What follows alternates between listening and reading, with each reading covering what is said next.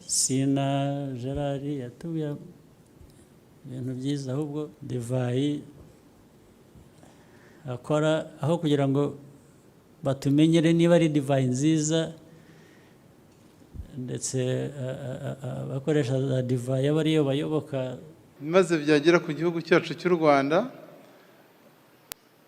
kiyobowe n'umukuru w'igihugu Perezida wa Repubulika Paul Kagame, uko asunika abanyarwanda, ahora ku isonga mu bintu bya innovation.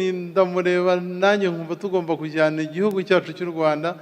Bagishimiye, barashima cyane, natwe rero dufatanije ntabwo muzigera mutubura na rimwe.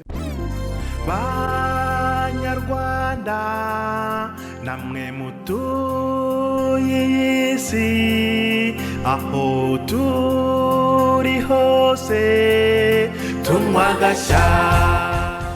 Ndabona nari maze njye koroherwa. Ni byiza rwose. None ndabona wari kunzanira ka gashya ka Nyirangarama, burya karimo intungamubiri nyinshi, ndabona kamvanayo noneho. Byose ni kuri Nyirangarama. Akarusho akandi akarabo agashya akabanga ndetse n'urwibutso n'ibikaburi wawe. ejo bundi numvise ibyo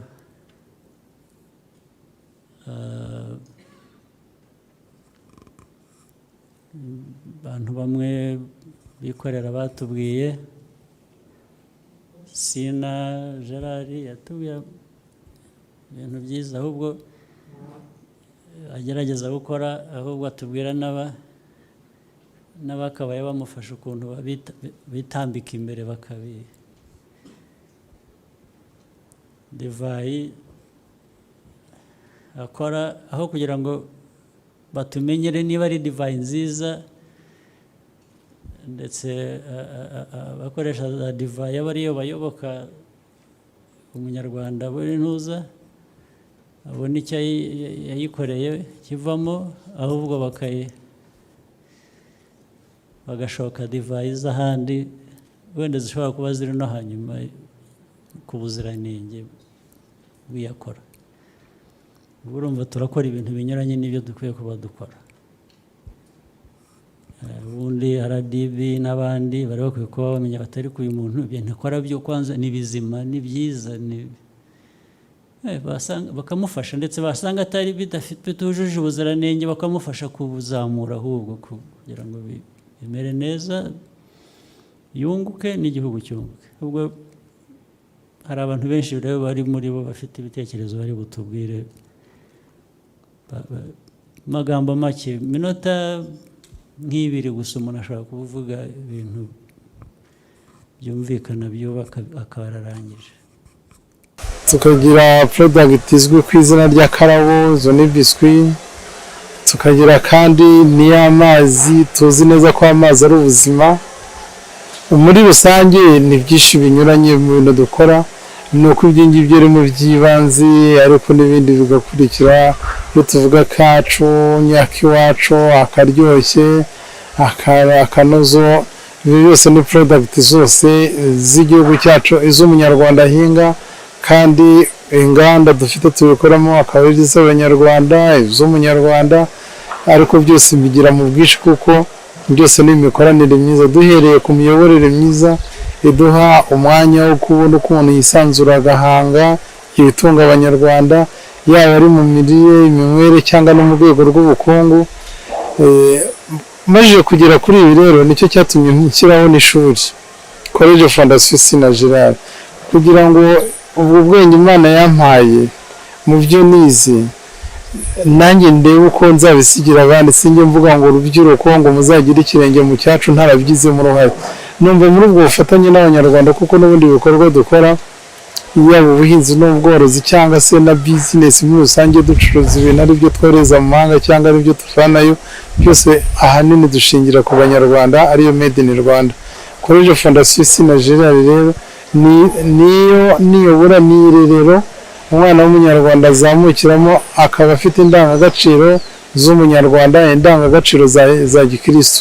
Kuko mu bana 2185 dufitemo, tugiramo 784 turihira aho ni mu cyiciro cy'ishuke na primary, aho ngaho turavuga duti natwe reka umunyarwanda yishimire ko iki gikorwa n'umutungo dufite nawe wibonemo minerivare, tukabasonera ariko tukanabategura kuzakomeza segonderi aho abamaze kwigira, ko dufite umushinga ufasha abaturage kuragiza inka, amatungo anyuranye cyangwa se no kubigisha ubuhinzi. Bityo iyo umubyeyi tuzamukanye nk'uko bavuga ngo zamukana n'ubuziranenge, iyo umubyeyi tuzamukanye harimo uburyo tumwunganira ariko twinjira muri segonderi yarikwije ku buryo umwana atava mu ishuri agakomeza. Kiliziya irimo hagati muri icyo kigo Chapelle Saint Gerard ni ifasha nyine kugira ngo za ndangagaciro za gikristo uzigire, ibyo uzajya gukora amasiyansi yose wize ibintu binyuranye ubwenge ufite, ariko ukubaha Imana. Iyo wubaha Imana ujya gukorera ukibuka ko Imana ibireba, Imana ihari, rwose nizera neza ko nta bushidikanya n'iyo mikorere igenda neza. No kumenya kwihangira umurimo, kuko iryo somo ndaritanga, wize wamenya ubwenge watsinze, ariko kwihangira umurimo kumva ko risike iriho ntabwo ari kugira ngo wiyahure cyangwa upfushe ubusa ibyo ufite, ariko nanone ntibigutere ubwoba ngo wumve ko birenze. Nyuma yaho iri jwi ni iryanjye Sina Gerard, ariko hari igihe imyaka n'imyaka bizaba biri mu mateka. Ibyo rero byatumye nandika igitabo kugira ngo noneho ibyo bitabo bizajya bifasha urwo rubyiruko, bizajya bifasha uwo ari we wese. Iyo uhereye kuri paji ya mbere ukarangiza ku ya nyuma, hari icyo wibwira. Umushinga wakunaniye usanga ubonye imbaraga zo kuwukora. Aho wari utekereza ngo nzahera he, uhita uhabona. Aho watekereza ngo nzashora iki, uhita wiyumvamo ko ubwenge ufite uri igishoro, ugatangira kureba icyo ukora bitewe n'aho uri cyangwa se n'uburyo ubayemo, kandi byose bigashoboka. Akaba ari niyo mpamvu kuri iyi channel Sina TV, noneho no mu rwego rw'isi, aho ugomba gukurikirira ibikorerwa kuri Nyirangarama, ibikorerwa ku isi hirya no hino, dore ko Akabanga, Agashya, Akarusho, Akanozo n'ibindi nabyo ku isi bigenda biboneka mu masoko atandukanye anyuranye. Iki gihe ni umwanya wo kugira ngo aho buri muntu utuye ku isi uwo ari we wese, uhereye ku munyarwanda ajye agenda amenya ibyo mu gihugu cye cyangwa se muri entreprise yacu, ibigenda bigerwaho, kugenda umuntu ajyana n'igishyi. Ngicyo rero icyatumye nayo tubitekereza kugeza, kandi ngo ibyiza biri imbere n'ibindi biri imbere, uko ikoranabuhanga rigenda rivuka natwe tujyana naryo. Nicyo cyatumye nshyiraho ishuri, kuko nta gihe abantu bataziga, tuzagenda dusaze, ariko dusaze hari abo twabyaye, hari abo twuzukuruje, hari abadukomokaho bakomoka hirya no hino ku banyarwanda banyuranye, abantu muri rusange. Abo bose rero twifuza ko ibyo twakoze bitazasaza, ahubwo bizajya bigenda bijyana n'igihe, kuko ibihe bihora bisimburana iteka. Amen.